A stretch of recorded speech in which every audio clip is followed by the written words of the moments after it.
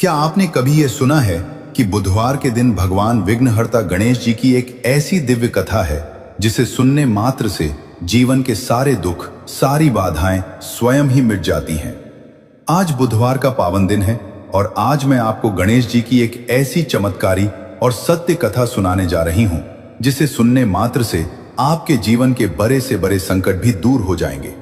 यह कहानी है एक ऐसे परिवार की जो घोर दरिद्रता और संकटों में घिरा था, लेकिन भगवान गजानन की कृपा ने कैसे उनका भाग्य बदल दिया, ये सुनकर आपकी आंखों में आंसू आ जाएंगे। तो सच्चे मन से कमेंट में लिखें जय श्री गणेश और आइए इस दिव्य कथा का रसपान करते हैं। प्रिय श्रोतागण, आगे बढ़ने से पहले एक बहुत जरूरी बात, बुधवार का व्रत और भगवान गणेश की यह कथा कभी अधूरी नहीं छोड़नी चाहिए। शास्त्रों में कहा गया है कि अधूरी कथा मन में भ्रम छोड़ देती है और फलदायी नहीं होती। यह केवल एक कहानी नहीं है, यह अटूट विश्वास, एक मां की ममता और अटूट भक्ति का संदेश है। विघ्नहर्ता गणेश हमें सिखाते हैं कि सच्ची श्रद्धा से किया गया छोटा सा प्रयास भी जीवन की बड़ी से बड़ी बाधा को जड़ से खत्म कर देता है। हो सकता है कि इस कथा का एक एक शब्द आपके जीवन के कष्टों का अंत कर दे। यदि आप सच्चे सनातनी हैं और भक्ति भाव में विश्वास रखते हैं तो इस कथा को पूरा जरूर सुने। चलिए रिद्धि सिद्धि के दाता भगवान गणेश के चरणों में शीश नवाकर इस पावन बुधवार व्रत कथा की शुरुआत करते हैं। बहुत समय पहले की बात है, एक बहुत ही सुंदर और शांत गांव हुआ करता था जिसका नाम था कैलाशपुर। चारों तरफ हरियाली, ऊंचे पहाड़ और बहती हुई पवित्र नदी इस गांव की शोभा बढ़ाती थी। लेकिन इसी गांव के एक कोने में एक बहुत ही पुरानी और जर्जर सी झोपड़ी थी जिसमें हरिराम नाम का एक गरीब किसान अपनी पत्नी गीता के साथ रहता था। हरिराम स्वभाव से बहुत ही सीधा, सरल और मेहनती इंसान था। वह दिन रात दूसरों के खेतों में पसीना बहाता, कड़ी धूप में मेहनत करता ताकि अपनी पत्नी का पेट पाल सके। लेकिन किस्मत का खेल देखिए, वह जितनी मेहनत करता उसके घर की दरिद्रता उतनी ही बढ़ती जाती। कभी फसल बर्बाद हो जाती तो कभी उसे मजदूरी ही नहीं मिलती। उसकी पत्नी गीता अत्यंत धार्मिक और धैर्यवान महिला थी। घर में खाने का एक दाना न हो फिर भी उसके चेहरे पर कभी शिकन नहीं आती थी। वह हर बुधवार को भगवान विघ्नहर्ता गणेश जी का उपवास रखती और मन ही मन प्रार्थना करती, हे प्रभु, हमें धन दौलत नहीं चाहिए, बस इतनी कृपा करना कि हम कभी किसी का बुरा न करें और हमारे रे घर में सुख शांति बनी रहे। दिन बीतते गए और गीता मां बनने वाली थी। हरिराम और गीता की खुशी का ठिकाना नहीं था। उन्हें लगा कि शायद अब उनके घर के दुख दूर होंगे, शायद उनके आंगन में खुशियां लौट आएंगी। लेकिन विधाता ने तो कुछ और ही लिख रखा था। जब गीता ने एक पुत्र को जन्म दिया तो पूरे घर में खुशी की लहर दौड़ जानी चाहिए थी। लेकिन जैसे ही हरिराम ने अपने बच्चे को पहली बार देखा, उसकी आंखों से आंसू छलक पड़े। वह बालक, जिसका नाम उन्होंने सिद्धार्थ रखा था, जन्म से ही बहुत कमजोर और एक गंभीर बीमारी से ग्रसित था। उसका शरीर पीला था और वह सांस लेने में भी तकलीफ महसूस कर रहा था। कैलाशपुर के वैद्यों ने उसे देखा और सिर हिला दिया। उन्होंने कहा, हरिराम, इस बच्चे का जीवित रहना किसी चमत्कार से कम नहीं होगा। इसे बहुत महंगी दवाइयों और देखभाल की जरूरत है। अब आप कल्पना कीजिए प्रिय श्रोतागण, एक तरफ वह घर जहां शाम के चूल्हे के लिए लकड़ी और अनाज का ठिकाना नहीं था, वहां अब एक बीमार बच्चे की जिम्मेदारी आ गई थी। हरिराम और गीता के जीवन का सबसे कठिन संघर्ष यहीं से शुरू हुआ। हरिराम सुबह अंधेरे में उठ जाता और रात के सन्नाटे तक काम करता। वह जो भी कमाता सब सिद्धार्थ की दवाइयों में लग जाता। कई रातें ऐसी बीततीं जब हरिराम और गीता भूखे पेट सो जाते ताकि सिद्धार्थ को दूध या दवा पिलाई जा सके। सिद्धार्थ जैसे जैसे बड़ा होने लगा, उसकी बीमारी कम होने के बजाय और जटिल होती गई। वह दूसरे बच्चों की तरह खेल नहीं सकता था, दौड़ नहीं सकता था। वह बस अपनी झोपड़ी के बाहर एक छोटी सी खाट पर लेटा रहता और अपनी मां को भगवान गणेश की पूजा करते देखता रहता। गांव के लोग उन्हें देखकर तरस खाते, लेकिन कोई मदद के लिए आगे नहीं आता था। कुछ लोग तो यहां तक कहते, हरिराम, पिछले जन्म में जरूर कोई पाप किया होगा जो ऐसा बीमार बच्चा पैदा हुआ है।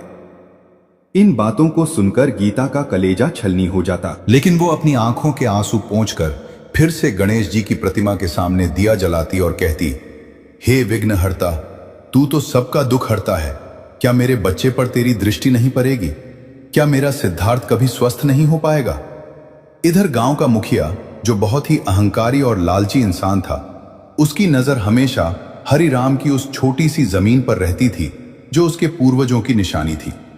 मुखिया चाहता था कि हरिराम वो जमीन उसे सस्ते में बेच दे, लेकिन हरिराम कहता था, मुखिया जी, ये जमीन ही मेरी मां है, इसे मैं कैसे बेच सकता हूं? यही वो समय था जब दुखों का पहाड़ टूटना शुरू हुआ। एक तरफ सिद्धार्थ की बीमारी का खर्च बढ़ रहा था और दूसरी तरफ गांव में एक बहुत बड़ी चोरी की योजना बन रही थी, जिससे अनजान हरिराम का पूरा परिवार बर्बादी की कगार पर खड़ा होने वाला था। सिद्धार्थ अब 7 साल का हो चुका था, लेकिन उसकी हालत ऐसी थी कि वो बिना सहारे के बैठ भी नहीं पाता था। गीता उसे अपनी गोद में लेकर रोज मंदिर की सीढ़ियों तक जाती और वहां बैठकर भगवान से गुहार लगाती। एक दिन मंदिर के पुजारी ने गीता को रोते देख कहा, बेटी, भगवान गणेश के द्वार से कोई खाली नहीं जाता, तू बस अपनी श्रद्धा मत डगमगाने देना। जब संकट सबसे गहरा होता है तभी प्रभु के आगमन का समय होता है। गीता ने उन शब्दों को अपने हृदय से लगा लिया।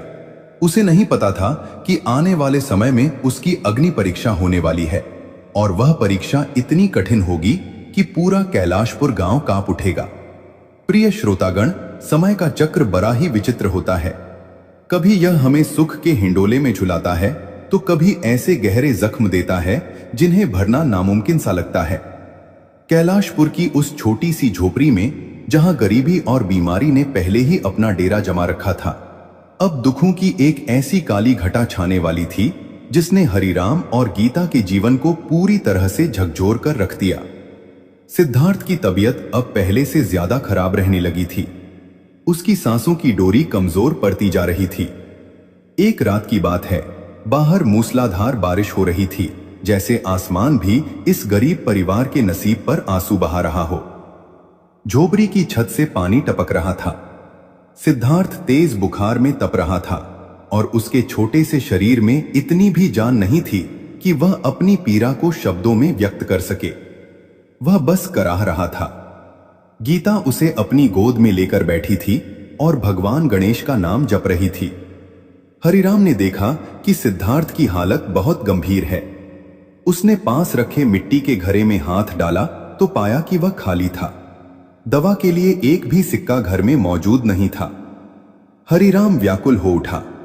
उसने गीता की तरफ देखा, जिसकी आंखों के आंसू सूख चुके थे, लेकिन ममता की तरफ साफ झलक रही थी।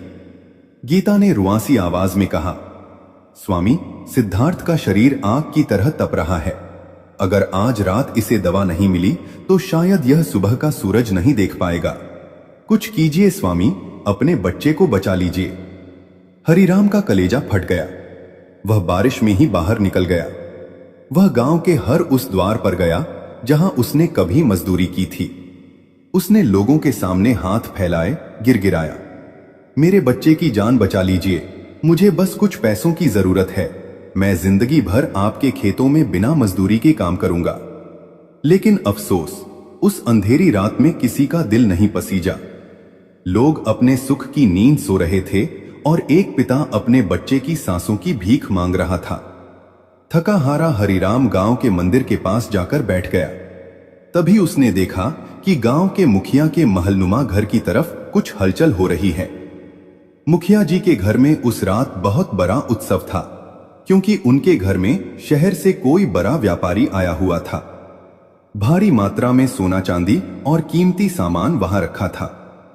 अचानक गांव में शोर मचा, चोर चोर, पकड़ो उसे।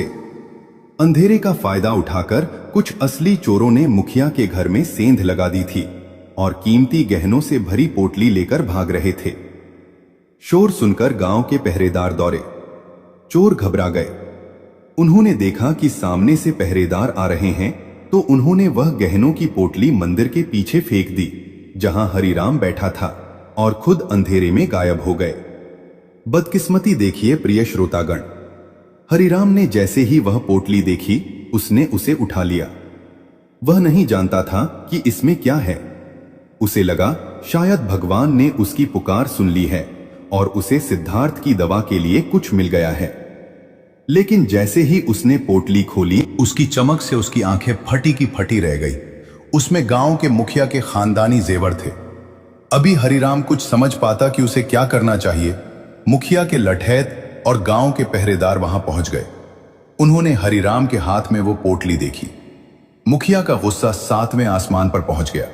उसने बिना कुछ सोचे समझे चिल्लाकर कहा, तो तुम हो वो चोर? हम तुम्हें ईमानदार समझते थे हरिराम, लेकिन तुम तो आस्तीन के सांप निकले।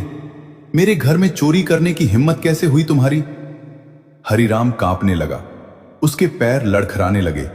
उसने रोते हुए कहा, नहीं मुखिया जी, मैंने चोरी नहीं की।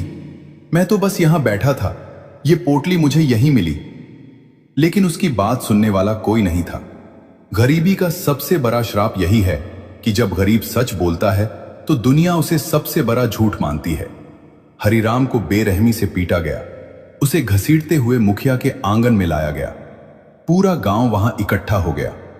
गीता को जब यह खबर मिली तो वो बदहवास होकर वहां पहुंची। उसने देखा कि उसका पति लहूलुहान पड़ा है। वो मुखिया के पैरों में गिर पड़ी। मुखिया जी, मेरे पति चोर नहीं है। वो तो अपने बीमार बच्चे के लिए दवा मांगने निकले थे।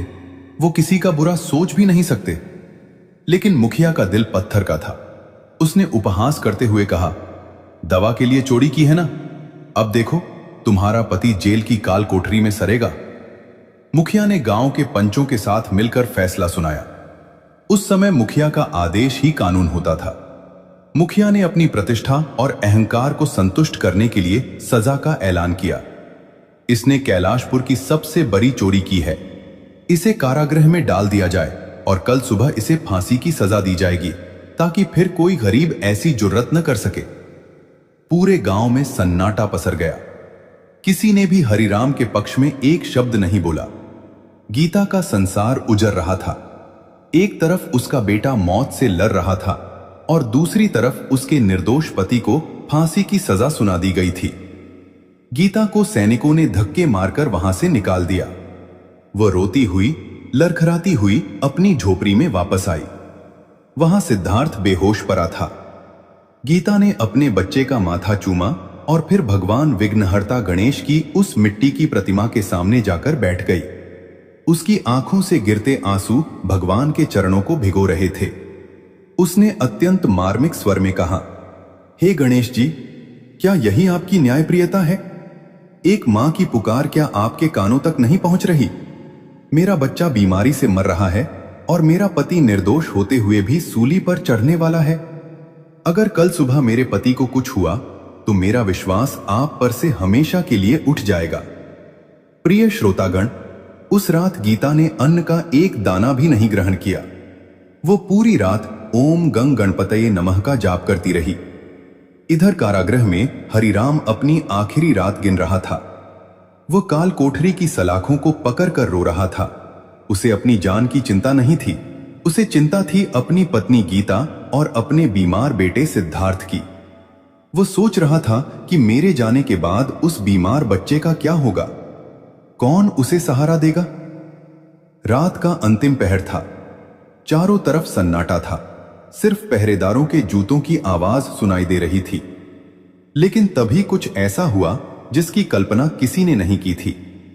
अचानक कारागृह के भीतर एक अलौकिक सुगंध फैलने लगी। हरिराम ने अपनी धुंधली आंखों से देखा कि काल कोठरी के कोने में एक बहुत ही दिव्य प्रकाश पुंज उभर रहा है। वह प्रकाश इतना तेज था कि हरिराम की आंखें चौंधिया गईं। लेकिन उस प्रकाश के बीच उसे एक आकृति दिखाई दी। एक छोटा सा बालक जिसके कान बड़े थे, जिसका मुख बहुत ही शांत और तेजस्वी था। वह बालक हरिराम की ओर देखकर मुस्कुरा रहा था। हरिराम को लगा कि शायद वह कोई सपना देख रहा है या फिर उसकी मौत करीब है, इसलिए उसे भ्रम हो रहा है। लेकिन वह कोई भ्रम नहीं था। वह साक्षात विघ्नहर्ता गणेश का अदृश्य रूप था, जो अपने भक्त की लाज बचाने के लिए स्वयं उस काल कोठरी में पधार चुके थे। इधर गांव में सुबह होने वाली थी। जल्लाद फांसी का फंदा तैयार कर रहा था। मुखिया अपनी जीत पर मुस्कुरा रहा था, क्योंकि अब उसे हरिराम की वह जमीन हड़पने से कोई नहीं रोक सकता था। लेकिन उसे क्या पता था कि जिस हरिराम के साथ कोई नहीं है, उसके साथ स्वयं ब्रह्मांड का स्वामी खड़ा है। प्रिय श्रोतागण, सुबह की पहली किरण कैलाशपुर की धरती पर पड़ रही थी, लेकिन आज यह सुबह खुशियां नहीं बल्कि एक परिवार के लिए मातम लेकर आई थी। पक्षियों का चहचहाना आज संगीत नहीं बल्कि किसी करुण विलाप जैसा सुनाई दे रहा था। गांव के बीचों बीच उस पुराने बरगद के पेड़ के पास फांसी का तख्ता तैयार किया जा चुका था। जल्लाद अपने हाथों में वो काला कपड़ा और मोटा रस्सा लिए खड़ा था, जो आज एक निर्दोष की सांसें छीनने वाला था। कारागृह की उस ठंडी काल कोठरी में हरिराम सुध बुध खोया बैठा था। वो दिव्य प्रकाश जो रात के अंधेरे में चमका था, अब शांत हो चुका था। हरिराम को लग रहा था कि शायद वो उसकी आत्मा का कोई आखिरी भ्रम था। उसने अपनी सूजी हुई आंखों से सलाखों के बाहर देखा। पहरेदार आए और उन्होंने कड़क आवाज में कहा, चलो हरिराम, तुम्हारा समय पूरा हुआ। आखिरी बार अपने भगवान को याद कर लो। हरिराम के पैरों में बेरियां डाल दी गईं। वो जंजीरों की झंझनाहट के साथ जैसे जैसे बाहर आ रहा था, उसे लग रहा था कि हर कदम उसे उसकी पत्नी गीता और बीमार बेटे सिद्धार्थ से दूर ले जा रहा है। उसके मन में बस एक ही चित्र घूम रहा था, गीता का वो रोता हुआ चेहरा और सिद्धार्थ की वो पीली पड़ती हुई काया। उसने मन ही मन भगवान गणेश से कहा, हे विघ्नहर्ता, मुझे मेरी मौत का दुख नहीं है, लेकिन मेरे जाने के बाद मेरी ममतामयी पत्नी का क्या होगा? उस मां का क्या होगा जिसका बेटा उसकी आंखों के सामने दम तोड़ रहा है? क्या आप सच में दुख हरने वाले हैं? इधर झोपड़ी में गीता की हालत और भी हृदयस्पर्शी थी। सिद्धार्थ की सांसें बहुत ही धीमी चल रही थीं। वो अपनी आंखें नहीं खोल पा रहा था। बस बीच बीच में उसके सूखे होठों से एक ही शब्द निकलता था, मां।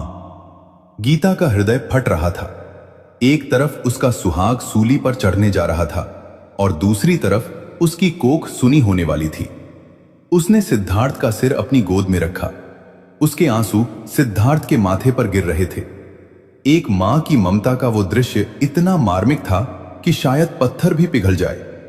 गीता ने कांपते हाथों से मिट्टी के गणेश जी की प्रतिमा को उठाया और अपनी छाती से लगा लिया। वो चिल्लाकर बोली, हे विनायक, लोग कहते हैं कि आप बुद्धि के दाता हैं, आप संकटों को हरने वाले हैं। क्या आपको एक मां का तड़पना दिखाई नहीं दे रहा?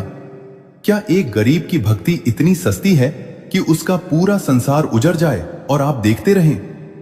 आज आपकी परीक्षा है प्रभु। या तो मेरे पति और पुत्र के प्राण बचा लीजिए, या फिर इस दासी के प्राण भी अभी हर लीजिए। तभी गांव के मुखिया की सवारी वहां से गुजरी। वो ढोल नगारों के साथ हरिराम को फांसी स्थल तक ले जा रहे थे।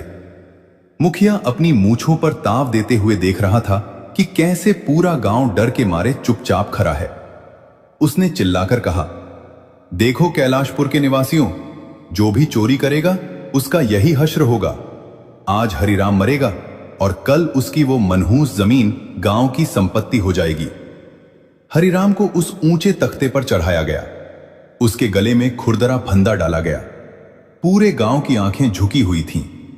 कोई भी इस अन्याय को देख नहीं पा रहा था, लेकिन मुखिया के डर से किसी की जुबान नहीं खुल रही थी। जल्लाद ने मुखिया की ओर देखा, बस एक इशारे का इंतजार था।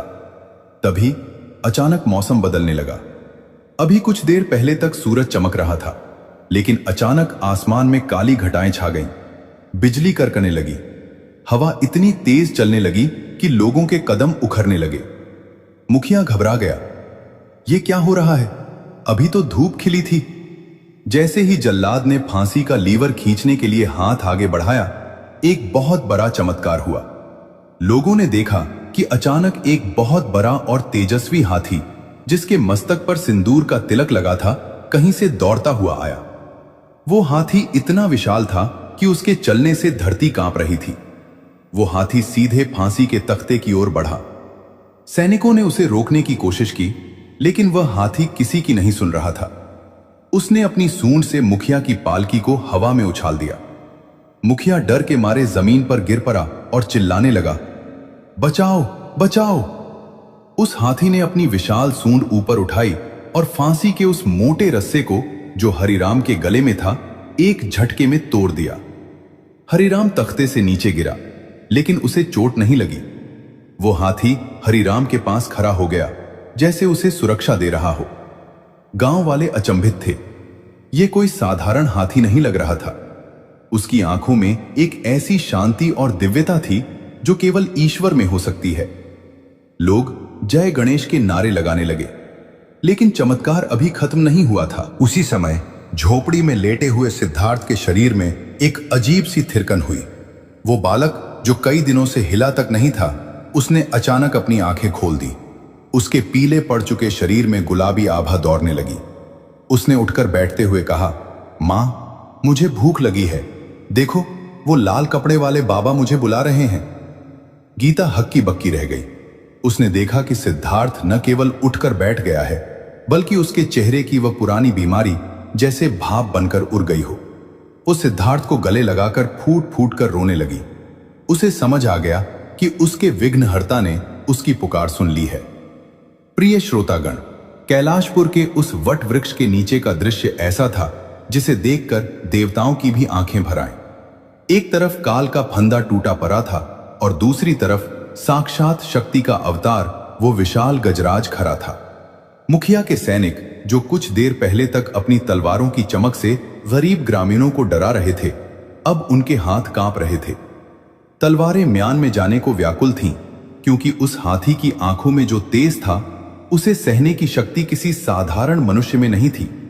मुखिया, जो धूल में लथपथ पड़ा था, अपने अहंकार की आग में अब भी जल रहा था। उसने चिल्लाकर अपने प्रधान सेनापति से कहा, क्या देख रहे हो कायरों? ये सिर्फ एक जंगली जानवर है। इसे जंजीरों में जकड़ लो और उस अपराधी हरिराम को फिर से पकड़ो। राजा की आज्ञा और न्याय का अपमान मत होने दो।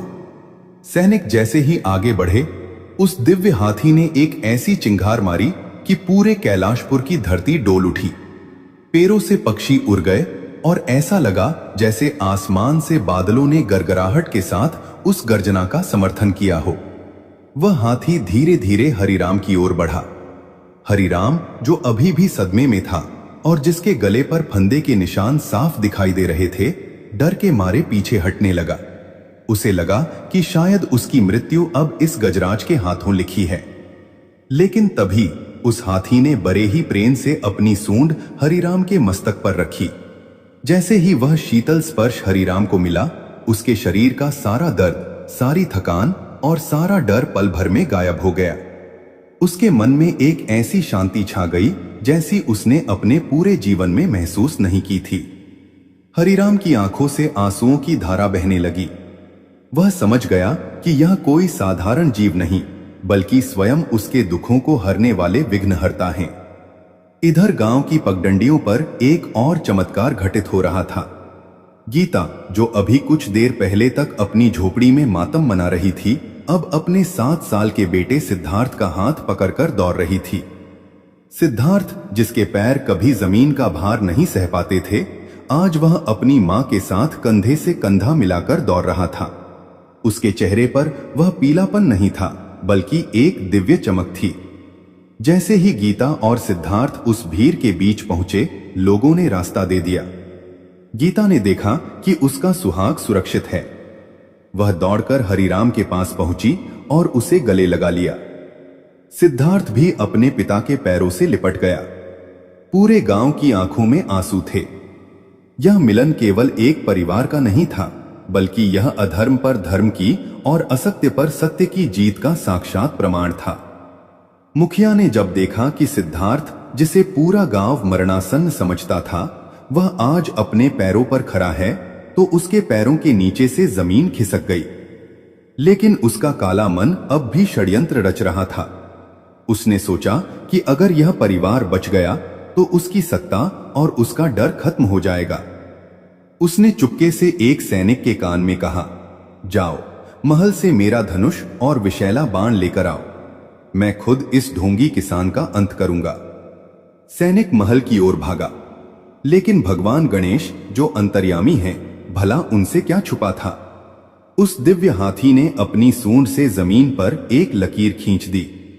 देखते ही देखते वह लकीर एक गहरी खाई में बदल गई, जिसने मुखिया और उसके सैनिकों को गांव वालों से अलग कर दिया। तभी उसी भीड़ के बीच से दो आदमी लड़खड़ाते हुए निकले और उस हाथी के पैरों में गिर पड़े। वे वही चोर थे जिन्होंने मुखिया के घर चोरी की थी। वे रोते हुए चिल्लाने लगे, हमें बचा लो, हमें माफ कर दो। जब से हमने वह चोरी की है, हमें हर जगह केवल जलती हुई आंखें और भारी सूंड ही दिखाई दे रही है। हम मर जाएंगे, हमें बचा लो। उन चोरों ने स्वीकार किया कि मुखिया ने ही उन्हें उकसाया था, ताकि वह चोरी का इल्जाम हरिराम पर लगा सके और उसकी जमीन हड़प सके। मुखिया का चेहरा सफेद पड़ गया। उसकी सारी सच्चाई, उसका सारा पाप अब सूरज की रोशनी की तरह सबके सामने था। पूरा गांव गुस्से में मुखिया की ओर बढ़ने लगा। लोग चिल्लाने लगे, पापी को सजा दो, निर्दोष को फंसाने वाले को दंड मिलना चाहिए। लेकिन तभी हरिराम ने हाथ जोड़कर सबको रोका। हरिराम की आंखों में क्रोध नहीं बल्कि करुणा थी। उसने कहा, भाइयों ठहरिए, आज का दिन बदला लेने का नहीं बल्कि भगवान के इस चमत्कार को नमन करने का है। जिसने हमें जीवन दिया है वही न्याय भी करेगा। जैसे ही हरिराम ने ये शब्द कहे, वो दिव्य हाथी अचानक एक अलौकिक प्रकाश में विलीन होने लगा। वो प्रकाश इतना मधुर और सुखद था कि हर किसी की आत्मा तृप्त हो गई। उस प्रकाश के बीच से एक गूंज सुनाई दी, जैसे हजारों शंख एक साथ बज रहे हों। वो आवाज कह रही थी, जहां विश्वास है वहां मैं हूं, जहां करुणा है वहां मेरा वास है। प्रिय श्रोतागण, उस अलौकिक प्रकाश के शांत होते ही कैलाशपुर की फिजा पूरी तरह बदल चुकी थी। जो हवा कुछ देर पहले मौत का सन्नाटा लेकर आई थी, अब वो चंदन की महक से सराबोर थी। गांव के लोग ठगे से खड़े थे। उनकी आंखों के सामने से वह विशाल गजराज ओझल हो चुका था, लेकिन उसकी मौजूदगी का एहसास अभी भी हर दिल में धड़क रहा था। मुखिया, जो कभी अपनी सत्ता के मद में चूर होकर जमीन पर पैर नहीं रखता था, आज उसी धूल में परा अपनी जान की भीख मांग रहा था। उसकी वह पगड़ी, जो कभी उसके अहंकार का प्रतीक थी, अब मिट्टी में सनी पड़ी थी। चोरों के कबूलनामे के बाद ग्रामीणों का गुस्सा सातवें आसमान पर था। वे लोग जो मुखिया के डर से कभी सिर नहीं उठाते थे, आज उनकी आंखों में न्याय की ज्वाला थी। लेकिन इन सब के बीच गीता अपने पुत्र सिद्धार्थ को सीने से लगाए सुबक रही थी। उसके लिए यह केवल एक चमत्कार नहीं था, बल्कि एक मां की तपस्या का प्रतिफल था। गीता ने कांपते हुए स्वर में हरिराम से कहा, स्वामी, क्या आप देख रहे हैं? हमारा सिद्धार्थ, मेरा लाल, इसके चेहरे पर यह रौनक, इसके पैरों में यह शक्ति, क्या यह सत्य है या मैं कोई स्वप्न देख रही हूं? हरिराम ने बढ़कर सिद्धार्थ को अपनी गोद में उठा लिया। वह बच्चा, जिसे उठाने के लिए पहले बड़ी सावधानी बरतनी पड़ती थी कि कहीं उसे दर्द न हो, आज वह अपने पिता की गर्दन में बाहें डालकर खिलखिला रहा था। हरिराम की आंखों से गिरते आंसू सिद्धार्थ के गालों को भिगो रहे थे। उसने गदगद होकर कहा, गीता, यह स्वप्न नहीं है, यह उस विघ्नहर्ता की करुणा है जिसने एक निर्दोष की लाज बचा ली। आज से हमारा नया जन्म हुआ है। इधर ग्रामीणों ने मुखिया को घेर लिया था। गांव के सबसे बुजुर्ग व्यक्ति, जो हमेशा न्याय की बात करते थे, आगे आए और बोले, मुखिया, तुमने न केवल इस गरीब परिवार के साथ अन्याय किया, बल्कि तुमने ईश्वर के साथ भी छल करने की कोशिश की। तुमने अपनी शक्ति का दुरुपयोग किया और एक मां की ममता को ललकारा। अब तुम्हारा न्याय यह गांव नहीं बल्कि विधाता करेगा। मुखिया गिड़गिड़ाने लगा, मुझे क्षमा कर दो, मैं लालच में अंधा हो गया था।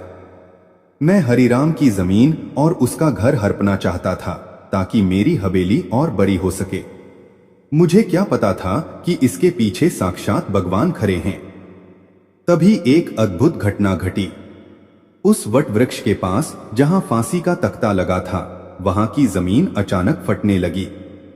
लोगों को लगा कि शायद भूकंप आ रहा है, लेकिन वहां से कोई विनाश नहीं, बल्कि एक दिव्य प्रतिमा प्रकट हो रही थी। धीरे धीरे मिट्टी से ढकी हुई भगवान श्री गणेश की एक प्राचीन और तेजस्वी मूर्ति बाहर निकल आई। यह वही जगह थी जहां कभी प्राचीन काल में गणेश जी का एक सिद्ध मंदिर हुआ करता था, जो समय के साथ विलुप्त हो गया था। गांव वालों ने जब यह देखा तो वे जय गणेश के जयकारों से आसमान गुंजा उठे। हर कोई उस प्रतिमा के दर्शन के लिए आतुर हो गया। मुखिया को समझ आ गया कि उसकी हार अब पूर्ण हो चुकी है। उसने अपना सिर झुका लिया और गांव छोड़कर जाने का फैसला किया। वह समझ चुका था कि जिस मिट्टी ने भगवान को वापस बुला लिया हो, वहां अब पापी के लिए कोई स्थान नहीं है। लेकिन प्रिय श्रोतागण, असली कथा तो मां की ममता की थी। गीता उस प्रतिमा के पास पहुंची और अपने आंचल से उस पर लगी मिट्टी को साफ करने लगी। उसने देखा कि प्रतिमा के चेहरे पर वही मुस्कान थी जो उसने अपनी बंद आंखों से पूजा के समय महसूस की थी।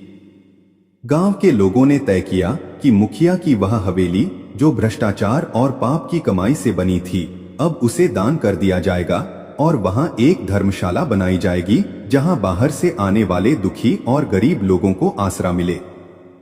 और हरिराम, जिसे गांव ने अपराधी माना था, उसे उस नवनिर्मित मंदिर का मुख्य सेवादार नियुक्त किया गया। सिद्धार्थ अब पूरी तरह स्वस्थ था। वो गांव की गलियों में दौड़ता खेलता और हर बुधवार को अपनी मां के साथ मिलकर मंदिर की सफाई करता। उसकी बीमारी का कोई नामो निशान नहीं बचा था। लेकिन इस कहानी का सबसे मर्मस्पर्शी हिस्सा वो है जब रात के समय गीता अपने बेटे को सुलाती और उसे बताती कि कैसे भगवान ने उसकी पुकार सुनी थी। उस रात की चांदनी में गीता सिद्धार्थ का सिर सहलाते हुए कह रही थी, बेटा, जीवन में संकट चाहे कितने भी बड़े क्यों न हो, जब तक तेरी मां की दुआएं और भगवान गणेश का आशीर्वाद तेरे साथ है, तेरा कोई बाल भी बांका नहीं कर पाएगा। याद रखना, सच्ची भक्ति वो नहीं जो केवल सुख में हो, बल्कि वो है जो उस समय भी अडिग रहे जब चारों तरफ अंधेरा हो। प्रिय श्रोतागण, समय बीतता गया और कैलाशपुर की फिजाओं में अब केवल खुशहाली की महक थी। जिस गांव में कभी दरिद्रता का साया था, आज वहां हर घर के आंगन में तुलसी का पौधा और द्वार पर गणेश जी की प्रतिमा विराजमान थी। हरिराम अब केवल एक किसान नहीं था, वो उस दिव्य मंदिर का रक्षक और सेवक बन चुका था जहां से पूरे गांव को नई दिशा मिली थी। लेकिन क्या आप जानते हैं उन चोरी के गहनों का क्या हुआ? जब शांति लौटी तो हरिराम ने वह गहनों की पोटली, जो उस रात उसके गले का फंदा बनने वाली थी, गांव की पंचायत के सामने रख दी। गांव वालों ने कहा, हरिराम, ये धन अब तुम्हारा है।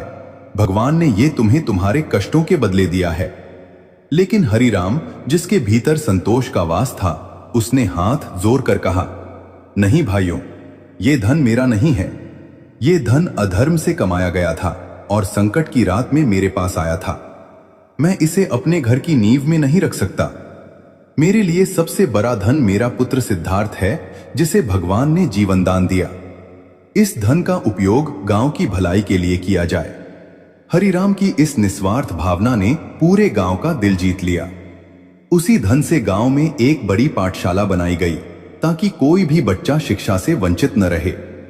और जानते हैं श्रोतागण, उस पाठशाला का नाम क्या रखा गया? उसका नाम रखा गया विनायक विद्यापीठ। सिद्धार्थ अब केवल स्वस्थ ही नहीं था, बल्कि वह अपनी उम्र के बच्चों में सबसे बुद्धिमान और दयालु बालक बनकर उभरा। उसमें एक अजीब सी चमक थी। वह जब भी चलता, उसके पीछे एक शांति का अनुभव होता। गीता ने उसे बचपन से ही भक्ति का पाठ पढ़ाया था। वह हर बुधवार को सिद्धार्थ को अपने पास बैठाती और उसे उस काली रात की याद दिलाती। गीता कहती, सिद्धार्थ बेटा, ये हाथ जो आज मिट्टी से खेल रहे हैं, ये कभी हिलने के काबिल भी नहीं थे। ये जो सांसें तू ले रहा है, ये उस दाता की दी हुई भीख है।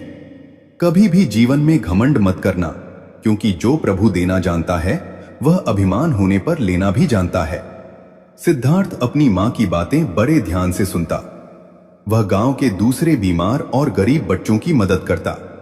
वह अपनी मां के साथ मिलकर हर बुधवार को गांव की विधवाओं और अनाथ बच्चों के लिए गणेश प्रसादम तैयार करता।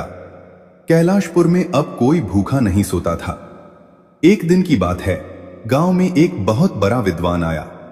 उसने सिद्धार्थ के तेज को देखा और हरिराम से कहा, यह बालक कोई साधारण मनुष्य नहीं है, इस पर स्वयं विनायक की विशेष कृपा है। इसके जीवन में जो विघ्न आए थे उन्होंने इसे सोने की तरह तपाकर कुंदन बना दिया है। लेकिन इसी सुख के बीच गीता के मन में एक टीस हमेशा रहती थी। उसे वह दिन याद आता जब उसे गांव से धक्के देकर निकाल दिया गया था। उसने कभी किसी के प्रति बैर नहीं रखा, लेकिन वह चाहती थी कि समाज में मां की ममता का जो अपमान हुआ था वह फिर कभी किसी और महिला के साथ न हो। गीता ने गांव की महिलाओं की एक टोली बनाई। वह उन्हें बुधवार व्रत की महिमा बताती और उन्हें सिखाती कि कैसे कठिन समय में भी अपने परिवार की ढाल बनकर खड़ा रहा जाता है। गीता के लिए बुधवार केवल एक दिन नहीं था, वह उसके पुनर्जन्म का दिन था। वह कहती थी कि मां की प्रार्थना में इतनी शक्ति है कि वह साक्षात ईश्वर को भी धरती पर उतरने के लिए विवश कर सकती है। धीरे धीरे सिद्धार्थ जवान होने लगा। उसकी ख्याति दूर दूर के गांवों तक फैल गई। लोग उसे गणेश का लाडला कहने लगे थे। लेकिन इस पूरी कहानी में एक बात जो सबसे महत्वपूर्ण थी वह थी हरिराम और गीता का अटूट प्रेम। गरीबी में भी उन्होंने एक दूसरे का हाथ नहीं छोड़ा और अमीरी आने पर भी उन्होंने अपने संस्कार नहीं बदले। प्रिय श्रोतागण, समय की नदी निरंतर बहती रही और कैलाशपुर गांव अब पूरे क्षेत्र के लिए आस्था का केंद्र बन चुका था। वर्षों बीत गए, लेकिन उस चमत्कारिक बुधवार की स्मृतियां आज भी गांव की हवाओं में जीवंत थीं। हरिराम और गीता अब वृद्ध हो चुके थे, लेकिन उनके चेहरों पर जो संतोष और आभा थी वो किसी तपस्वी से कम नहीं थी। सिद्धार्थ अब एक तेजस्वी युवक बन चुका था। उसने अपनी शिक्षा पूरी की और जैसा कि उसके माता पिता ने चाहा था, उसने अपना पूरा जीवन दीन दुखियों की सेवा में समर्पित कर दिया। वो अक्सर उस पुराने कारागृह के पास जाता जहां उसके पिता को कभी अन्यायपूर्ण तरीके से कैद किया गया था। वहां उसने एक निशुल्क चिकित्सालय खुलवाया ताकि कैलाशपुर या आसपास के किसी भी गांव का कोई भी बच्चा धन के अभाव में वैसी तड़प न झेले जैसी उसने बचपन में झेली थी। एक शाम की बात है जब सूरज ढल रहा था और आकाश में सिंदूरी आभा बिखरी हुई थी। सिद्धार्थ अपनी मां गीता के पास आकर बैठा। उसने देखा कि मां अपनी पुरानी माला जप रही हैं। सिद्धार्थ ने मां का हाथ थाम लिया और भावुक होकर कहा, मां, आज जब मैं पीछे मुड़कर देखता हूं तो मुझे उस अंधेरी रात की याद आती है। अगर उस दिन आपने हार मान ली होती, अगर आपकी श्रद्धा डगमगा गई होती तो आज न मैं होता और न यह खुशहाली होती। मां, आपकी ममता ने साक्षात विनायक को धरती पर उतरने के लिए विवश कर दिया। गीता की आंखों में ममता के आंसू छलक आए। उसने सिद्धार्थ के सिर पर हाथ फेरते हुए जो कहा वह इस पूरी कथा का सबसे बड़ा सार है। गीता ने कहा, बेटा, एक मां का हृदय ही वह स्थान है जहां ईश्वर सबसे पहले निवास करते हैं।